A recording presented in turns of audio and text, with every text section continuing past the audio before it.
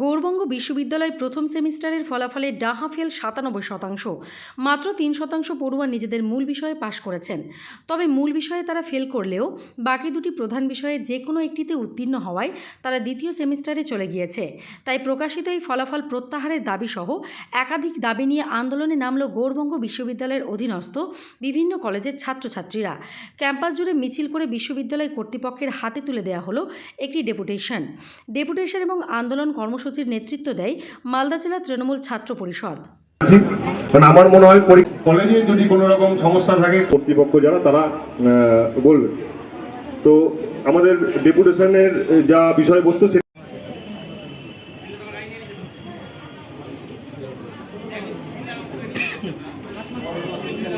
আমাদের 27% মেজরে ফেল মানছি না, মানবো না, মাত্র 3% পাস মানছি না, মানবো না, ছাত্রীদের মাথার উপরে সিলেবাসের বোঝা চাপিয়ে দেওয়া মানছি না, মানবো না।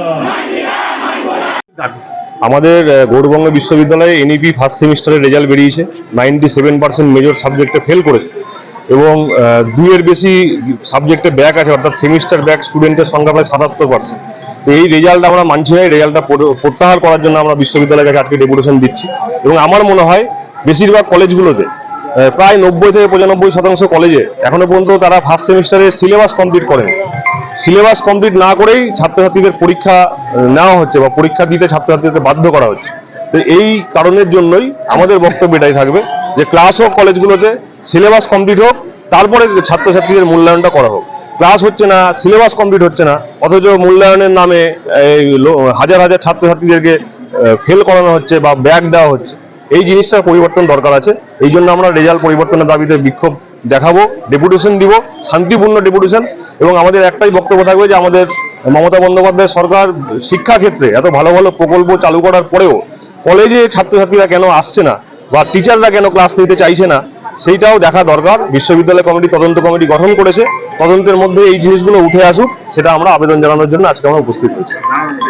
আমার নাম প্রসূন রায়, আমি মালদা জেলা তৃণমূল ছাত্র পরিষদের সভাপতি।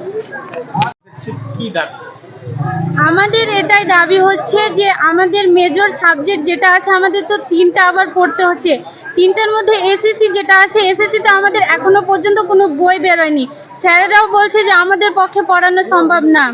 আবার মাইনরে আমাদের সেম মেজরের মতো পড়তে হচ্ছে, আবার এমডিসি তো পড়তে হচ্ছে। এমডিসিতে এখনো পর্যন্ত আমরা ফার্স্ট সেমে এক্সাম দিলাম, এখনো পর্যন্ত কোনো বই বেরোয়নি। আবার এখন সেকেন্ড সেম আর 1 মাসের মধ্যে আবার আমাদের সেকেন্ড সেমের এক্সাম স্টার্ট হবে, তবুও আমাদের কোনো বই এখন পর্যন্ত বেরোয়নি।